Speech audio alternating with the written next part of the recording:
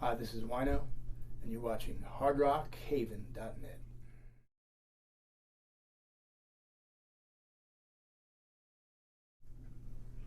All right, well, we're here with the one and only Scott Weinrich. You're on tour with Black Label Society currently, doing an acoustic type show, right? Yeah. How's that been going so far? We're Good. only a few shows in. It's been going good. They're playing a little bit different set than they do normally, I think, or a little bit different style, and it's working out good. Enjoying it. Is that how you ended up on this tour? Since the acoustic kind of suits what BLS is doing right now? I think that was the general consensus. Yeah. Well, have you met Zach prior to this, or I have way back? Or? Well, I have back at one of the first Ozfests actually. That was like one of the I think I met him in passing once after that, but the only time we really spoke was I think the first Ozfest. I think it was even Sabbath, one of the early ones when I God was on the bill, and Pantera, maybe I'm thinking. Yeah. Well, we've mentioned the acoustic music, and I mean, obviously you're famous for being kind of a godfather of doom metal. Right. And you've got the Obsessed and Saint Vitus, obviously. What has led you to the quieter side of things with the acoustic? Well, I always appreciated artists like Neil Young and people like that. But really, what pushed my foot was when I did my first electric solo record, Punctuate Equilibrium, and the bass player that played with me on that, John Blank, he passed away kind of unexpectedly right before the Wino band, as it was called, which was me, John Blank, and John Paul from Clutch on drums. We were scheduled to play support Clutch on a big U.S. tour, and we had only done one U.S. show with that lineup, and then we went to Europe, did like 11 shows or something like that, and then we came back to the States, and we had like a week to get ready before we were going to go on the road to Clutch. But like one day after coming back from Europe, John OD'd. Now, it was really sad, and I was kind of like a little bit stunned, but I didn't really know what to do. And John Paul is the one who said to me, "Let's not lose the momentum, from the record or any momentum we've got. Why don't you get on the bus with us? Take a small pay cut to cover your bus expenses. You can support the whole thing playing acoustic." Now I must admit at that time it seemed a little bit daunting because I'd never done anything on that scale before.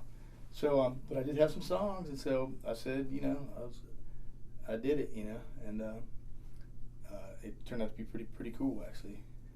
Playing acoustic when you played electric your whole life is a little bit can be a little bit daunting sometimes, So it kind of happened by accident. It kind of happened by accident, but I mean, John Paul was really instrumental in kind of like giving me the opportunity on a large scale to kind of go out there and do it, which I think that really helped me because then I realized I liked it, and I mean I still love playing electric, of course, and everybody is always telling me, oh, you've got so many bands, just what I can't tell which band you're in right now, but that's these days that's really not true. I'm just playing acoustic guitar, I sing in Vitus, and Spirit Caravan is together. But everything pretty much revolves around St. Vitus. So. Excellent. Well, happy accident. Turned out well. Yeah, it turned out well. I always thank him. He's just a great guy too. He's really enthusiastic about everything. Jean Paul is. Yeah. How did you first get hooked up with him? Well, he's from Maryland, and so I remember that I'd met him back in the day actually when the Obsessed was just signed to Columbia. We were supposed to do a tour with Clutch and Sugartooth that never materialized. But I'd met them back then. But when I moved back to Maryland in about 95 from California, and I started working again, a regular job. But right before I put Spirit Caravan back together, I used to work for a backline company. And so one day we got the call to take some stuff out to White's Ferry, West Virginia, a Leslie and some equipment, which was the equipment, some equipment they were renting for the first record. Well, Spacegrass, I should say. Yeah, their first major. So we took the Leslie out there and had a chance to hook up them then and talk, and we ended up jamming a little bit. So yeah, it's cool. Excellent. Great guys, man. Well, we just talked about the musical shift, and you're known for electric, and the last few years you've been doing the acoustic thing. What was the initial reaction from your diehard fans? Were they with it? Well, I was really wondering. I was on the fence, how it would just be received. But Drift was received really well, and that made me feel really good. I mean, that was like an album too, kind of a personal record. letting off a little steam after some pretty heavy personal stuff. And yeah, people seem to really like that, and people always tell me they really like that record. So then I hooked up with Connie Ox. Like I was on tour to do a drift in Europe, and one of the guys who was supporting me was this guy Connie Ox, just singer-songwriter guy, and I was a German cat. And I was immediately struck by how like powerful and kind of dark his tunes were. Like I've always been drawn to like a little bit more of the melancholy stuff, And he was like just amazing. Then one time we got together backstage, started jamming, and we haven't stopped playing ever since. And so we have a brand new record out that I actually have, Freedom Conspiracy. So we've done 2 records, me and him, basically acoustic, and that's a lot of fun too. I mean, he's really a fantastic player. So you mentioned he's from Germany, but where exactly did you hook up with him? I went over to Europe to support Adrift, because basically Adrift was released on a German label, Exile on Mainstream, and then licensed here. I think with Volcom licensed, I believe. And so over there on tour with him, I mean, just supporting. Went backstage, got a chance to jam one day, and that was it. It's really a true partnership because yeah, he's amazing. You're singing dual vocals on that record, and it's a lot different than just playing solo. I mean, it's really nice actually. Hopefully, we'll get him over here pretty soon. Is your set on this tour drawn from those songs? I'm playing a couple songs off that record that that I can do myself without him, and I'm also playing the Drift stuff. Very cool. Very cool. I mean, I think the acoustic stuff is still so new that what I mean, relatively new. So I still feel comfortable playing songs off the Drift. Absolutely, it is. Can you tell us a little bit about? Is it just you on this tour? It is just me. So you a chair and a guitar. It is just me. How about that? Is that intimidating? It's a little bit daunting sometimes. I mean, playing, like an electric metal band. I just try to, I just give it what I got and just sing my songs. Have you ever had like a Blues Brothers moment where you needed the chicken wire? Haven't had anything thrown at me yet. But people talk. I mean, when you play acoustic guitar, in a large venue, people are going to talk. I mean, that's the way it is. I mean, I'm not going to like throw a fit and stop the show like some people do. But just keep on playing. Good. I mean, I play through the lamp too. I mean, it's acoustic electric, or else you'd never be able to be heard. Absolutely. Yeah. Makes sense. I think a lot of people were introduced to your music that maybe weren't metal fans, but through Dave Grohl's Probot. Right. Because just having him shine a light on metal helped a lot of people connect with the genre. That was a cool project, man. That was cool. How did he first reach out to you? Well, he's from Virginia, and he's like younger than I am. So back in the day, when the Obsessed was still gigging, occasionally we would be supported by a band called Mission Impossible, which was his band. At the time, he was pretty young. He was a skinhead. We used to call him the Kid. Everybody was amazed by the Kid. You know what I mean?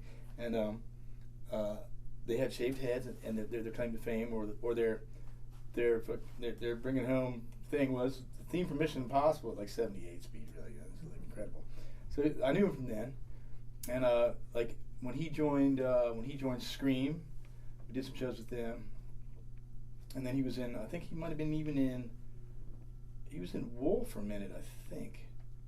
But anyways, I knew him from the area, and I got I was living out in Maryland, and I was on tour, and my ex-wife got a message from him saying, hey, I'd like him to sing and play guitar on a tune. And when I got back, the cassette was there, or the disc was there, and I whipped it in, and it was seemed right up my alley. It was just the music, and he wanted me to write lyrics and then play some lead. And so somehow we managed to dovetail, because Virginia's hometown, and Maryland's really close. So we managed to dovetail there, and we were actually going to go to record it in his basement on this old Studer tape machine that he did all the tracks on, but he left it on for 6 months or something like this. So we ended up going to Inner Ear, which is like the Donzi and Tara. It's like made famous by Fugazi, Minor Threat, all the DC punk bands we recorded with Donzi and Tara at Inner Ear. So we went to Inner Ear and actually got to do it together, which was great. It is. Yeah, and then that blossomed into some other cool stuff too. That blossomed into we played live right above Times Square from. Jamie Josta hosted the talk program. What was that called? Headbangers Ball. Headbangers Ball. Yeah. Right. We did that live. We did a version of Eric Wagner's song off Probot, My Tortured Soul, with David playing drums, with me, Greg Anderson from Sun O playing guitar, and then Nick Raskulin's his engineer playing bass. That was pretty cool. And then of course we did the Shake Your Blood thing. That was a trip. Do you play on that track? I know you're in the video. I don't play on the track. All they wanted me to do was to lip sync it, And hey, man, up with Lemmy and Grohl, of course I'm gonna do it. I mean, it was amazing. And I was just beating the fuck out of the guitar. I was bleeding all over and stuff, you know. But it was pretty insane, man, because the stage was actually spinning slowly, you know. So we had the monitors on the stage, so we could hear what we're doing, and as we're slowly spinning, was surrounded by naked women and all kinds of crazy bondage stuff. You know, it was pretty intense. Absolutely, it is. It's awesome. I know Phil Anselmo's been kind of an outspoken fan of St. Vitus and mentioned your music as an influence. How does it feel to be recognized like that? I mean, it's nice. It's really nice to be recognized by your peers. And a lot of these guys are a little bit younger, and I totally respect what they're doing. I'm honored to be cited as an influence, really.